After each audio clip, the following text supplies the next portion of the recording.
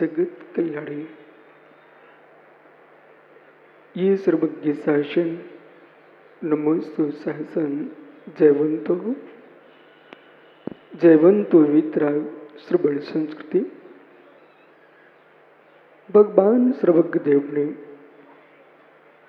वस्तु के ध्रुव वस्तुत्व की व्याख्या की है।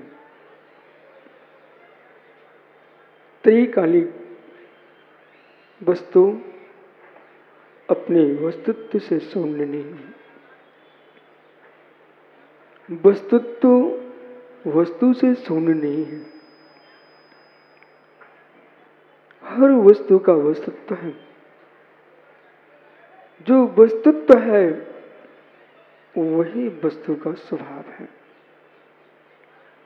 जो वस्तुत्व है वही वस्तु का धर्म है।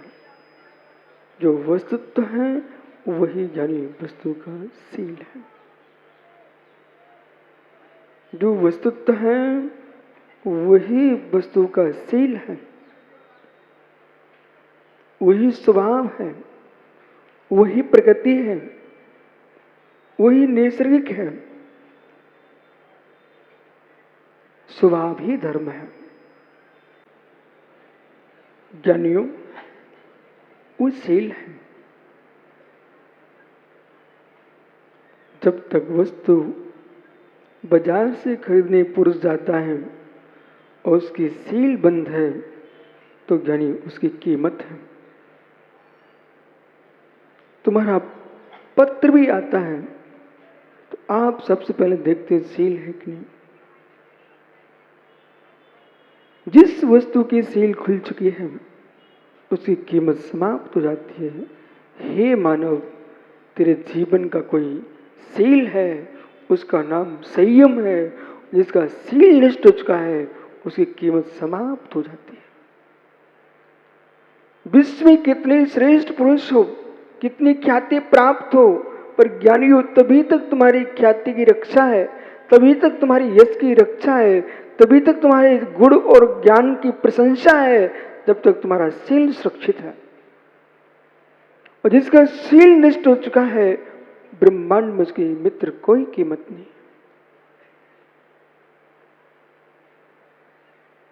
पशु वृत्ति का त्याग तो सप्तम प्रतिमा में ही हो चुका होता है। पशु वृत्ति का त्याग तो ज्ञानियों सप्तम प्रतिमा में ही हो चुका होता है। यह जो ब्रह्मचर्य उत्तम ब्रह्मचर्य धर्म है वो बहुत गहन विषय है, पर व्यवहार से अभी इतना समझना। 1 मास तक, 1 महीने तक जो पुरुष भोजन करता है, बालकों, एक माने एक ग्वालिन ने दुग्ध को संग्रहित किया, दुग्ध को तपा करके उसका घृत बनाया, सारी प्रक्रिया करके, और घृत बनाने के उपरांत उसने सीधा का सीधा वो घृत एक नाली में छोड़ दिया। ठीक किया, ठीक किया। बच्चों को दूध नहीं पिलाया। बच्चों ने कहा माँ दूध दे दो, तो माँ कहती बेटे घी बनाना है। बेटे भी मौन ले लिए, बोले माँ को घी बनाना है। और माँ ने घी बना भी लिया और घी बना करके धीरे से यस नाली में छोड़ दिया। बेटे, माँ ने कितना अच्छा काम किया। बालकों, माँ ने कितना अच्छा काम किया।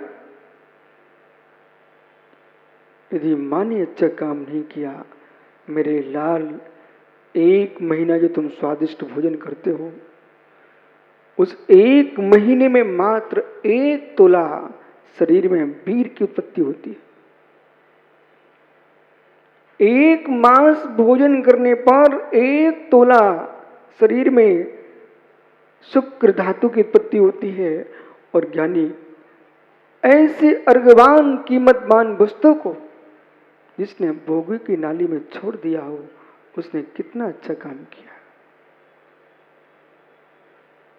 प्रज्ञा, मेधा, प्रतिभा, प्रज्ञा, मेधा, प्रतिभा, इन सब का जागरण होता है ज्ञानियों। बोटू भैया आपको कुंडली जागरण की बात बता रहे थे। उन्होंने खूब आपको आसन लगाया, व्यायाम सिखाया, प्राणायाम सिखाया।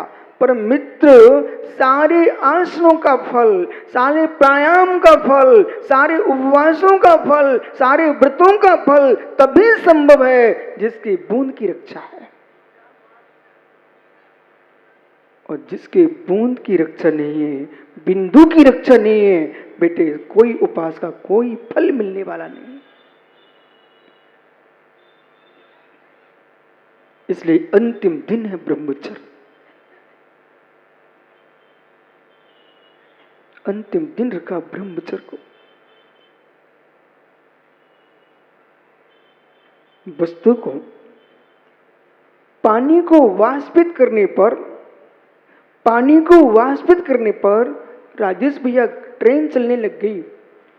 पानी की बाप से, पानी के बाप से जब ट्रेन चलना प्रारंभ हो गई, हे मित्र, वीर के बाप से भगवान बनता है। ये ध्यान जो है, ध्यान साधना जो है, वो मात्र शरीर की शक्ति को वाष्पित करने के लिए, ऊर्ध्वगमन, ऊर्ध्वगमन, ऊर्ध्वगमन, ऊर्ध्वगमन करना है तो पहले ऊर्ध्वगमन कराना होगा। ऊर्ध्वगमन करना है, ऊर्ध्वगमन कराना होगा। सांसों पर नियंत्रण जिसका है, सांसों पर नियंत्रण जिसका है, उसके मित्र भावों पर नियंत्रण हो सकता है। जिसकी सांसों पर नियंत्रण नहीं है, वो भावों पर नियंत्रण नहीं कर सकता है। अहो ज्ञानियों, अहो ज्ञानियों, जीवन में जितना बने उस शक्ति का संचय करो, उस शक्ति का संचय करो। एक सिंह से पूछो, वो वर्ष में एक बार अब्रह्म का सेवन करता है, हाथी को भी पछाड़ देता है। एक सूर से मिलो,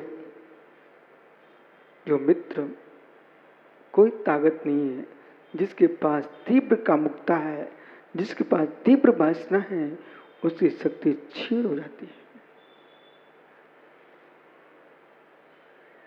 बल और वीर्य, ओज उसी के पास है जिसके पास शील धर्म है।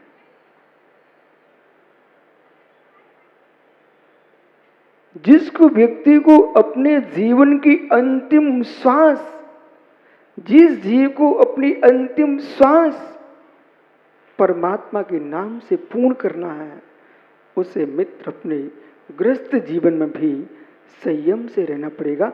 मित्र, असंयम का सेवन भी संयम से करिए। आप ग्रस्त हो, यदि नहीं तुम जी पा रहे हो, मित्र नहीं सामर्थ्य आपके पास, असंयम का सेवन भी संयम से कीजिए। सुधार संतोष व्रत,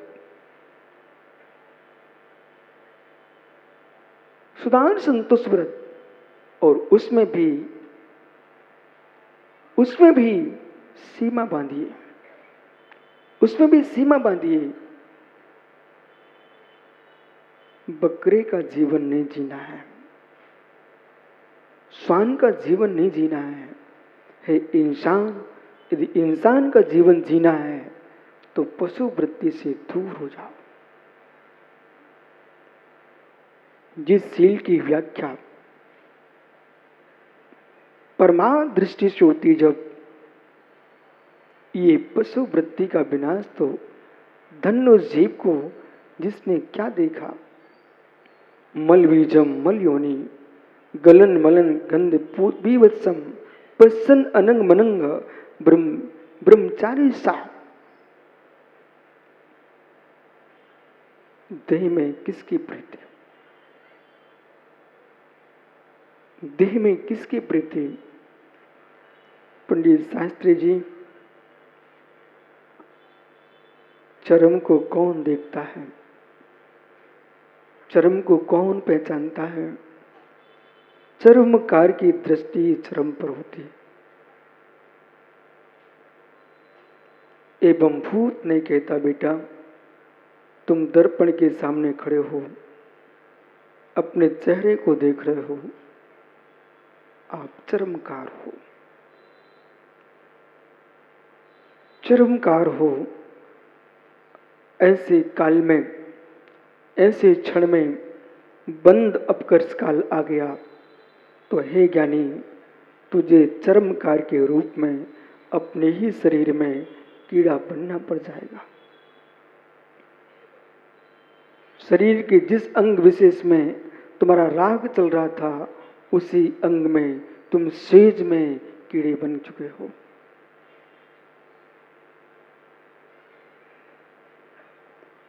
पर के शरीर को निहारना, पर के चरम को देखना, इसे अब्रह्म कहने वाले कोटि कोटि विद्वान हैं।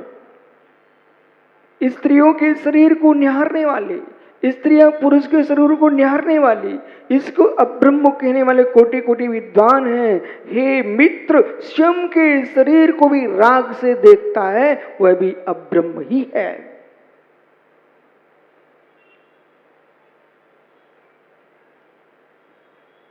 पर के शरीर को खुली आंखों से भोगता है, अपने शरीर को दर्पण रख के भोगता है। पर के शरीर को राग दृष्टि से निहार रहा है तो खुली आंखों से देख रहा है।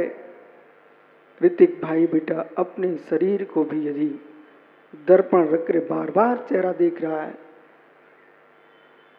कि क्या टपक रहा है।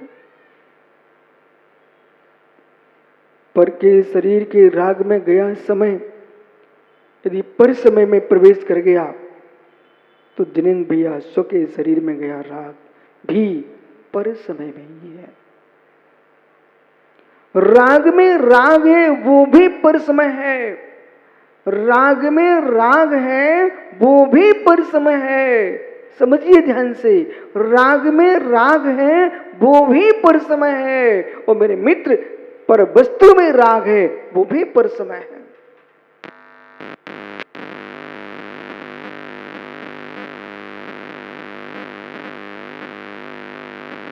वस्तु के वस्तुत्व को देखिए, उन महापुरुषों को निहारिए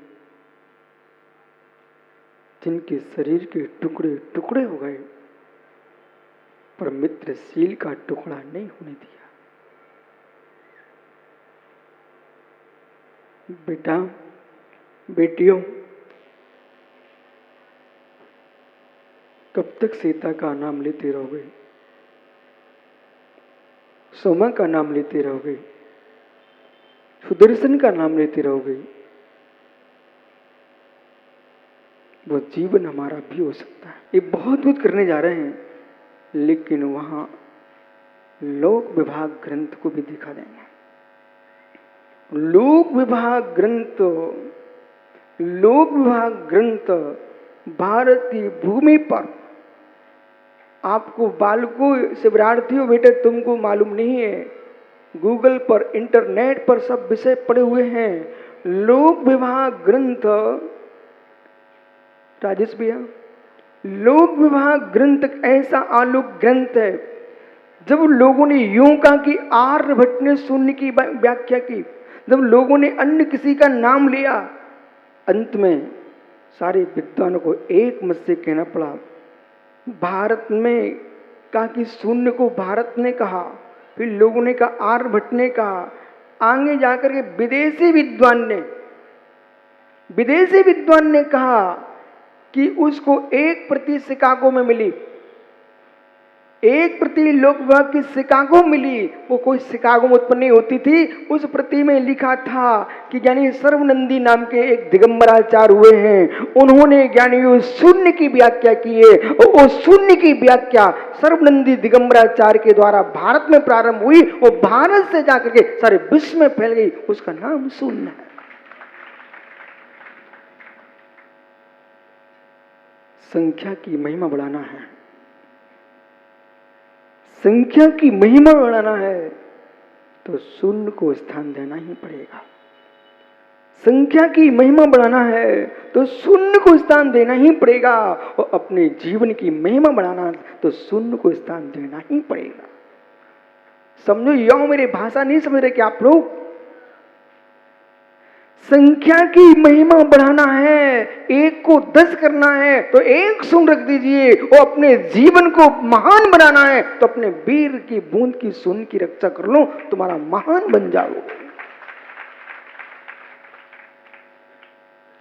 ओंकार पर जब बिंदु होता है ओम हो जाता है। ओंकारम बिंदु संयुक्तम नित्यं ध्यायन्ति योगिनः कामदं मोक्षं चैव ओंकाराय नमो नमः। चाहे जैन दर्शन हो, चाहे वैदिक दर्शन हो, इस सूत्र को पंडित जी जब भी कोई विद्वान व्यास की गद्दी पर भागवत गीता पढ़ता है तो उसको सबसे पहले भागवत कथाकार को मंगलाचरण करना होता है। जब भी कोई जैन विद्वान शास्त्र स्वाध्याय करता है, आपकी परंपरा में जब भी स्वाध्याय प्रारंभ होता है, ये मंगलाचरण करना ही होता है। हाथ जोड़ो, उस मंगलाचरण की धुनी पर और एक एक शब्द पर आप निहारो, स्तंभित होते आप। ओंकारं बिंदु संयुक्तम नित्यं ध्यायन्ति योगिनः कामदं मोक्षदं चैव ओंकाराय नमो नमः।